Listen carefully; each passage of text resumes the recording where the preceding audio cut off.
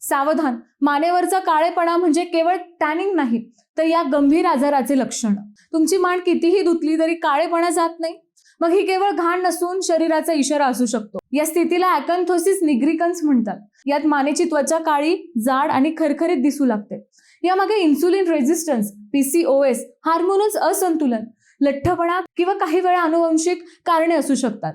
फक्त क्रीम लावून ही समस्या पूर्णपणे बरी होत नाही. मूळ कारणावर उपचार करणे महत्त्वाचं आहे.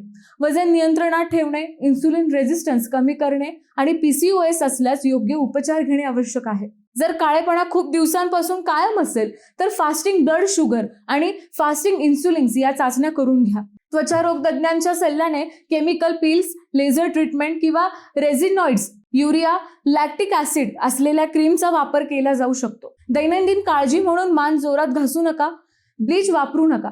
त्वचा हळूवार स्वच्छ ठेवा. मॉइश्चरायझर आणि सनस्क्रीनचा वापर करा. लक्षात ठेवा, मानेवरचा काळेपणा हा फक्त सौंदर्याचा नाही तर आरोग्याचाही विषय असू शकतो. वेळेवर तपासणी करा आणि तज्ज्ञांचा सल्ला घ्या.